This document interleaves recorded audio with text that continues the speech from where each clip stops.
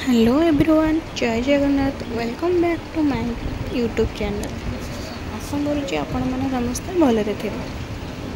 आज सका उठी सका कम सारी बाहर बाबा सहित अपा घर को बाटर गला बेलू मो भिडियो स्टार्ट कली। ଏବେ ଯାଉଛୁ ବାବାଙ୍କର ମୋର ଅପା ଘରକୁ। କାହିଁକିନା ଅପା ଟିକେ ପୂଜା ଥିଲା ମନ୍ଦିରରେ, ସେଥିପାଇଁ ମୋତେ ଡାକିଥିଲା। ଅପା ଭାଇ ମୁଁ ଯିବୁ ମନ୍ଦିର, ସେଥିପାଇଁ ବାବା ମୋତେ ଗଲାବେଳକୁ ସେପଟେ ଛାଡ଼ି ଦେଇକି ସେ ତାଙ୍କ କାମରେ ଗଲେ। ଯାଇକି ଏବେ ପହଞ୍ଚିଲି ଅପା ଘରେ। ଅପା ଘରେ ପହଞ୍ଚିକି ଯାଉଛି ଭିତରକୁ। ଆଜି ବହୁତ ଖରା ହେଉଛି, କେମିତି ଯାଇ ପୂଜା କରିକି ପୁଣି ଘରକୁ ଆସିବୁ। ତାପରେ ପୁଣି ଦିଦି ଘର ବି ପାଖରେ ଅଛି, ଦିଦି ଘରକୁ ଯିବାର ଅଛି। ଦିଦି ଘରୁ ଯାଇକି ଆସିଲା ବେଳକୁ ପୁଣି ଅପା ଘରକୁ ଆଉ ଗୋଟେ ମାନେ ସାନ ଅପା ଅଛି ତାଙ୍କ ଘରକୁ ଯିବାର ଅଛି। ଅପା ଘରକୁ ଆସିକି ଯାଇକି ମୁଁ ରୁମ୍ରେ ଟିକେ ରେଷ୍ଟ ନେଲି। ରେଷ୍ଟ ନେଇ ସାରିକି ପୁଣି ଫ୍ରେଶ୍ ହେଇକି ଭୋଗ ଫୋଗ ସଜାଡ଼ିକି ଅପା ମୋ ଭାଇ ବାହାରିଲୁ ମନ୍ଦିର। ଭାଇ ଗାଡ଼ି ଆଣୁଛି, ଅପା ଆସୁଛି ପଛରେ। ଏବେ ଯାଉଛୁ ଆମେ ମନ୍ଦିର। ଗଲା ବେଳକୁ ଟିକେ ବଜାରରେ ରହିଲୁ, ଫଳ ଦୋକାନରେ ଭୋଗ କିଣା ହେଇନଥିଲା। ସେଠି ଭାଇ ଗଲା ଗୁଣ୍ଠକୁ ଆଣିବାକୁ, ସେଥିପାଇଁ ଆମେ ଏଠି ବସି ଭୋଗ କିଣିକି ଅପାର ମୋର ଛିଡ଼ା ହେଇଛୁ। ଖରା ଏତେ ଜୋରେ କି ଛିଡ଼ା ବି ହେଇହେଉନି।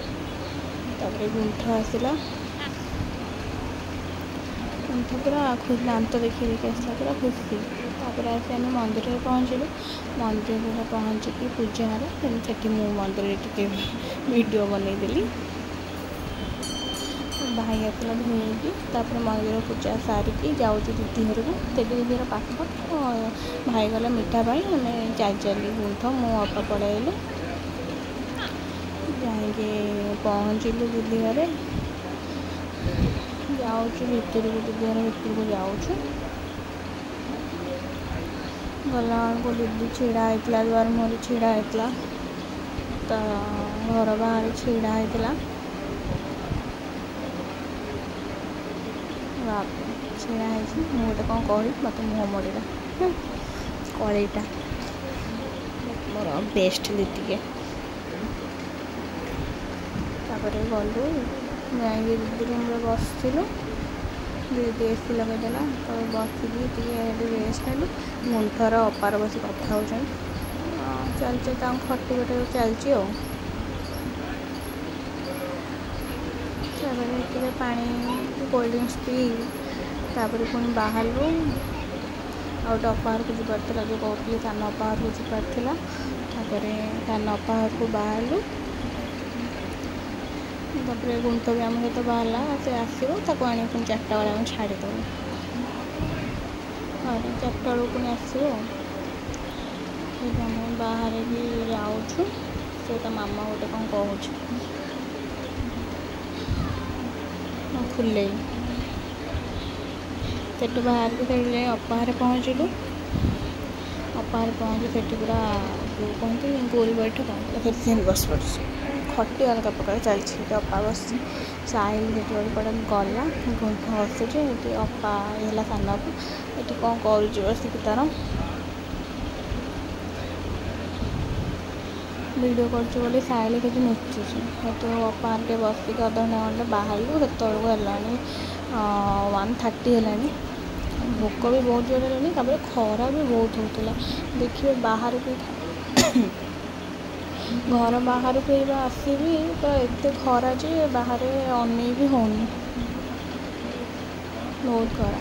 ସାହିଲର ଗୁଣ୍ଠ ସିଆଡ଼େ ଯାଉଛନ୍ତି, ସାହିଲ ଯାଉଛି ଗୁଣ୍ଠକୁ ଛାଡ଼ିବାକୁ, ମାନେ ଆମକୁ ଛାଡ଼ିବାକୁ।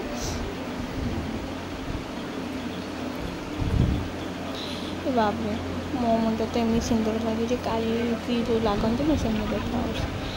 ତାପରେ ଆମେ ବାହାରିଲୁ ଘରକୁ, ଯାଉଛୁ ବାଟରେ।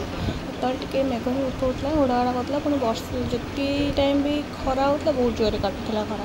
ତାପରେ ଆମେ ଆସିକି ପହଞ୍ଚିଲୁ।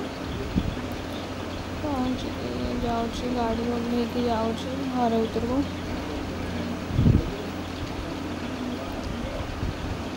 ତାପରେ घर भर को जाए खाइबू एखा खाइनु जेहेतु 1:30 हो भोक भी जोर लगे सका पूजा थी बोले किसी खाई नी कहीं जहाँ सब पानी फाणी पीते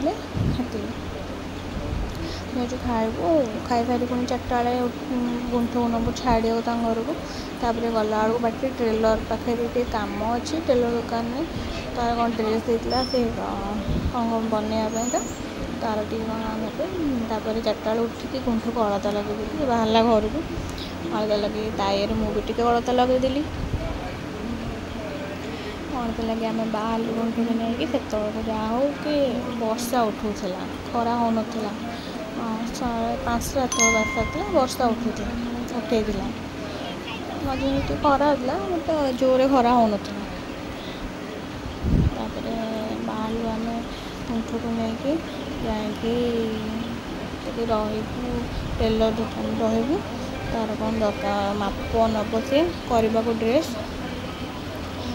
देन आम गुंठू को लेकिन घरे छाड़ू घर छाड़ी आसिक बाटे लस्सी दुकान पड़ा भाईर मोर जाकि लस्सी पीलु देन मेघ भी उठे मेघ घर पहुँचबार लस्सी पीकि आम घर को बाहरलु आज वीडियो ये नेला आपण मानक आज वीडियो केमती लगे प्लीज कमेंट रे जनईदेवे आ मो चैनल को सब्सक्राइब करदे सब वीडियो लाइक कमेंट प्लीज करदे थैंक यू।